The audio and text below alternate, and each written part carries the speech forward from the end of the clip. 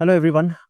आज बात करते हैं why Indian markets are so much dependent on US markets. जो भी इंडिया में सीरियस इन्वेस्टर्स हैं, सीरियसली इन्वेस्ट करते हैं, वो हमेशा यूएस मार्केट को ट्रैक करते हैं। बहुत सारे पॉइंट्स हैं जहाँ पे यूएस मार्केट एक तरीके से इंडियन मार्केट को पकड़ के रखता है। तो जैसे जैसे यूएस मार्केट उठता है, इंडियन मार्केट्स भी उसी ट्रेंड को फॉलो करते हैं, वैसे ही उठते हैं, वैसे ही गिरते हैं। तो वो कौन कौन से पॉइंट्स हैं जहाँ पे यूएस मार्केट एक तरीके से इंडियन मार्केट को पकड़ के रखता है। इस वीडियो में आगे बढ़े इससे पहले हमारे व्यूअर हैं, उसका क्वेश्चन ले लेते हैं। क्वेश्चन क्या है, एक बात कही है उन्होंने, मायन 5600। इन्होंने कहा है कि गवर्नमेंट को पैसे की ज़रूरत है, इस वजह से एफआईआईज से 12.5% एसटीटी, जो सिक्योरिटीज ट्रांजैक्शन टैक्स होता है, एसटीटी लिया जाता है, जो कि किसी और देश में नहीं होता है। ये एक तरीके से गलत है, बहुत सारी बातें कही हैं इसमें, तो फैक्चुअली ये इनकरेक्ट है। एफआईआईज से इतना एसटीटी नहीं लिया जाता है। एसटीटी जो है वो एफआईआईज, डीआईआईज, डोमेस्टिक सबके लिए ऑलमोस्ट सेम ही है। ठीक है, अगर आप इक्विटीज़ में काम कर रहे हो, अगर आप खरीद रहे हो या बेच रहे हो, 0.1% देना होता है एसटीटी। ठीक है, और इंट्राडे ऑप्शन फ्यूचर्स उसके अलग है, मगर बहुत कम है, बहुत मिनिस्क्यूल है। 12.5% है ही नहीं था। काम कैसे करोगे इतना अगर होगा तो। So getting that out of the way, हम वीडियो को स्टार्ट करते हैं। तो देखो क्या है कि अमेरिकन मार्केट्स बहुत तरीके से, चाहे वो उसकी स्टॉक मार्केट हो, चाहे फेडरल बैंक उसके इंटरेस्ट रेट ऊपर नीचे करे, फेडरल रिजर्व कोई और पॉलिसीज बनाए, या मैक्रो इकोनॉमिक इंडिकेटर्स कुछ बोले कि जॉब इतना अमेरिका में जनरेट हो रहा है, अनएम्प्लॉयमेंट है, या फिर इन्फ्लेशन है, कोई भी मैक्रो इकोनॉमिक इंडिकेटर दे, उसका असर अमेरिका में तो पड़ता ही है, इंडिया में भी पड़ता है।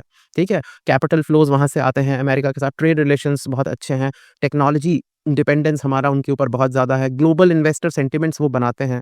तो बहुत सारे रीजंस की वजह से अमेरिका इंडिया के साथ जो है उनका जो मार्केट है वो इंडिया को इतना ज़्यादा डोमिनेट करता है। पहला जो कारण है वो है कि एफआईआईज, जो फॉरेन इंस्टीट्यूशनल इन्वेस्टर्स हैं, उनका बहुत बड़ा रोल है, से है इंडिया के मार्केट में। US is the home of world's largest institutional investors. जितने भी बड़े बड़े हेज फंड्स हैं, पेंशन फंड्स हैं, एसेट मैनेजमेंट फर्म्स हैं, वो सब यूएस में बेस्ड हैं। और वो मार्केट में, जिस किसी भी इमर्जिंग मार्केट में घुसती हैं, वहाँ पे वो डोमिनेट करने लगती हैं। ठीक है, तो सिग्निफिकेंट जो इंडिया का मार्केट है, it is full of foreign institutional investors जो कि यूएस बेस्ड हैं।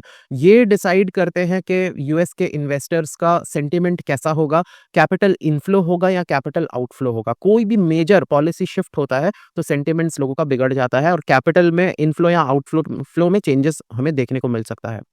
उसके बाद यूएस फेडरल रिजर्व पॉलिसीज अगर चेंज करता है, जैसे उन लोगों ने अगर अपना इंटरेस्ट रेट हाई कर दिया, तो उनका बॉन्ड मार्केट ज़्यादा अट्रैक्टिव हो जाता है, तो इंडिया से वो लोग पैसा लेके भागने लगते हैं, यूएस के बॉन्ड में इन्वेस्ट करेंगे, क्योंकि वहाँ पे सिक्योरिटी भी है और अभी इंटरेस्ट भी ज़्यादा मिलेगा। तो ये सब करने पे इंडिया के मार्केट पे असर पड़ता है। जैसे अगर वो क्वांटिटेटिव ईजिंग कर दें, मनी सप्लाई बढ़ा दें, तो फिर पैसा इंडिया आ जाता है, क्योंकि इंटरेस्ट रेट कम हो जाता है। अगर वो टेपरिंग कर दे, जिसको टेपर टैंट्रम बोलते हैं, टाइटनिंग कर दें, और वहाँ पे सारा पैसा सकअप कर लें, वहाँ का इंटरेस्ट रेट बढ़ा दें, टेपरिंग कर दें, तो फिर सारा पैसा निकल के उनके यहाँ चला जाता है। तो इस तरीके से यूएस का जो फेडरल रिजर्व है, जो उनका आरबीआई है, वो अपने पॉलिसीज से इंडिया के मार्केट्स पे असर डाल सकता है।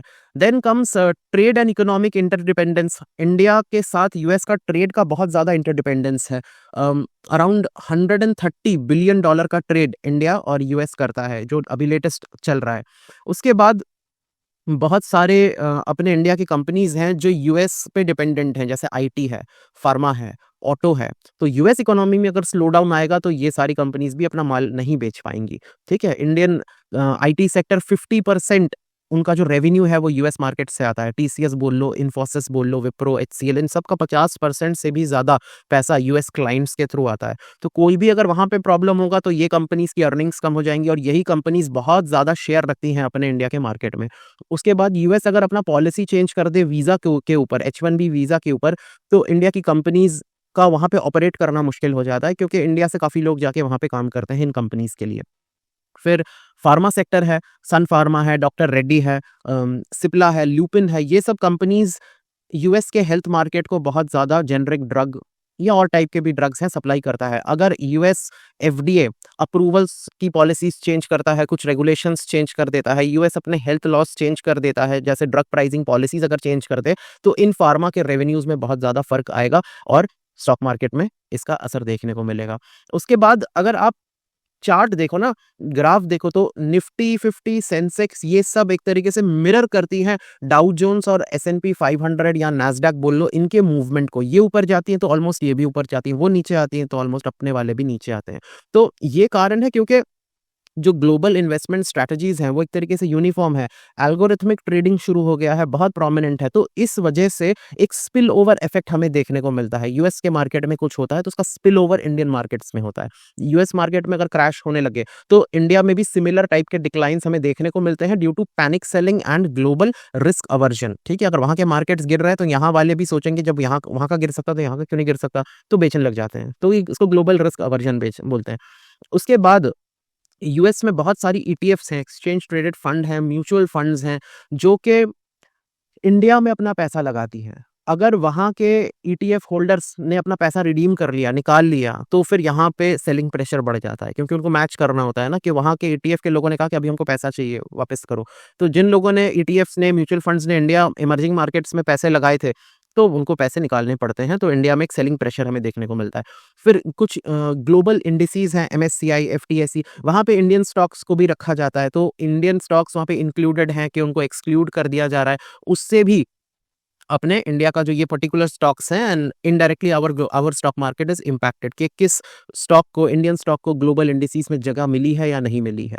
उसके बाद एक्सचेंज रेट तो बहुत बड़ा रोल प्ले करता है। अगर यूएस डॉलर मजबूत है तो इंडिया में पैसा नहीं लगाते हैं लोग, फॉरेन वाले, तो उनके लिए वो फॉरेन का मार्केट ही ज़्यादा अट्रैक्टिव है। अगर डॉलर वीक हो जाए, इंडिया उसके मुकाबले मजबूत हो जाए, then only Indian stock market make any gains. फिर यूएस की काफ़ी हरकतें हैं जिसकी वजह से कमोडिटी प्राइसेस फ्लक्चुएट होती हैं। ऑयल के प्राइसेस बोल लो, गोल्ड के प्राइसेस, मेटल के प्राइसेस, वो सब यूएस के काफ़ी सारे एक्शंस हैं। सैंक्शन लगा दिया किसी पे, वॉर कर लिया कहीं पे, तो उसके वजह से भी क्रूड ऑयल के प्राइसेस बढ़ जाते हैं और उसका इम्पैक्ट इंडिया को झेलना पड़ता है। इंडिया में इन्फ्लेशन हो जाता है और अपने मार्केट्स गिरने लग जाते हैं। फिर गोल्ड के प्राइसेस, अगर इन्फ्लेशन यूएस में ज़्यादा है तो गोल्ड के प्राइसेस बढ़ते हैं, इसलिए जितने भी गोल्ड बैक इन्वेस्टमेंट है इंडिया में, उसको उसमें एक इम्पैक्ट आता है। तो बाकी मेटल्स का भी यही हाल है। तो यूएस की काफ़ी हरकतें होती हैं जिसकी वजह से कमोडिटी प्राइसेस फ्लक्चुएट होती हैं। उसके बाद यूएस में रिसेशन या इकोनॉमिक स्लोडाउन आ गया तो उनकी कंपनीज लोअर कॉर्पोरेट अर्निंग्स दिखाएंगी, जिसके वजह से अपना जो एक्सपोर्ट ड्रिवन इंडस्ट्री है, चाहे आईटी ले लो, टेक्सटाइल ले लो, इंजीनियरिंग के कुछ फर्म ले लो, ऑटोमोबाइल ले लो, बहुत सारी ऑटो पार्ट्स बनाने वाली कंपनीज हैं जो यूएस में सप्लाई करती हैं। जैसे टायर बनाने वाली कंपनी है बीकेटी, फिर बॉल बियरिंग वाली कंपनीज है, बहुत सारी ऐसी कंपनीज है जो ऑटोमोबाइल के पार्ट्स बनाते हैं, वायर्स बनाते हैं। तो बहुत सारी ऐसी कंपनीज है, तो उनमें असर देखने को मिलता है अगर वहाँ पे इकोनॉमिक स्लोडाउन आ जाए तो। उसके बाद इंडिया में सिर्फ स्टॉक मार्केट ही नहीं, अपना जो स्टार्टअप है वो भी इम्पैक्ट होता है, क्योंकि यूएस के venture capitalist, private equity funding जो सिलिकॉन वैली के हैं, वो काफ़ी सारे इंडिया के भी स्टार्टअप्स को फंड करते हैं। काफ़ी टेक स्टार्टअप्स हैं, फिनटेक स्टार्टअप्स हैं, एजुकेशनल स्टार्टअप्स हैं जिनको यूएस के वेंचर कैपिटलिस्ट फंडिंग मिली हुई है। बाइजूस है, स्विगी है, पेटीएम है, ठीक है, जिसमें यूएस इन्वेस्टर। तो वहाँ पे अगर इकोनॉमिक स्ट्रेस आता है, वहाँ पे किसी भी टाइप का कुछ एनीमिया आ जाता है पैसे को लेके, तो इंडिया में उसका हमको डायरेक्ट असर देखने को मिलता है। तो not just the stock market, even the startup market also suffers a lot, is directly connected with US market.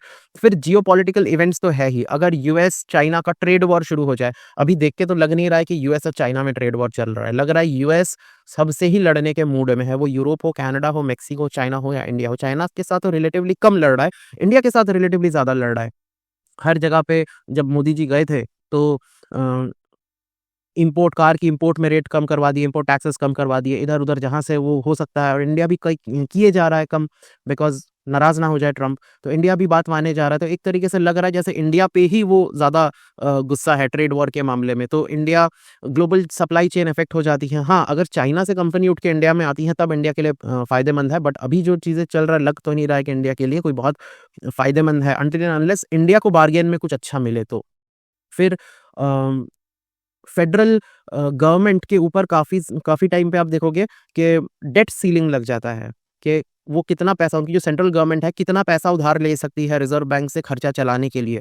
अगर उन पे डेट सीलिंग लग जाता है, कभी-कभी लगा है उन पे डेट सीलिंग, तब उनको अपने खर्चे चलाने में मुश्किल हो जाता है, उनको सैलरीज़ अपने एम्प्लॉइज़ को देने में मुश्किल हो जाता है। तब वहाँ पे गवर्नमेंट शटडाउन्स होने लगते हैं, एक फाइनेंशियल क्राइसिस शुरू हो जाता है यूएस में, जिसका इम्पैक्ट हमें इंडिया में देखने को मिलता है। तो ये सारे पॉइंट्स, आई थिंक मैंने 6-7 पॉइंट्स आप लोगों को गिनाए हैं, जिसके वजह से यूएस इतना ज़्यादा इम्पैक्टफुल है इंडिया के स्टॉक मार्केट को लेकर। तो कोई भी जो इंटेलिजेंट इन्वेस्टर होता है, स्मार्ट इन्वेस्टर होता है, वो इंडिया में वो तुक्के से शेयर नहीं लेता जो आजकल हम लोग देखते हैं। वो ज़ीरोधा में कुछ खोल लिया और उसके बाद ये ले ले, वो ले ले। वो जो स्मार्ट लोग हैं, पुराने सीरियस इन्वेस्टर्स हैं, वो इंडिया के मार्केट के साथ-साथ यूएस के मार्केट को भी ट्रैक करते हैं। ज़्यादा वेरिएबल्स नहीं है, कुछ ही वेरिएबल्स होते हैं, आप उँगलियों पे गिन सकते हो। यूएस का मार्केट बड़ा है पर सिंपल है।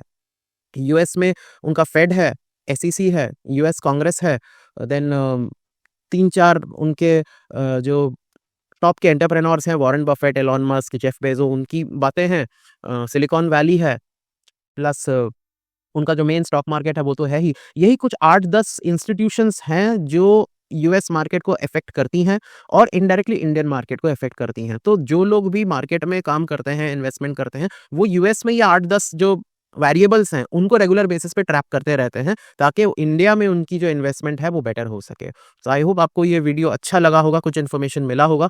मिलेंगे नेक्स्ट वीडियो में। Thank you.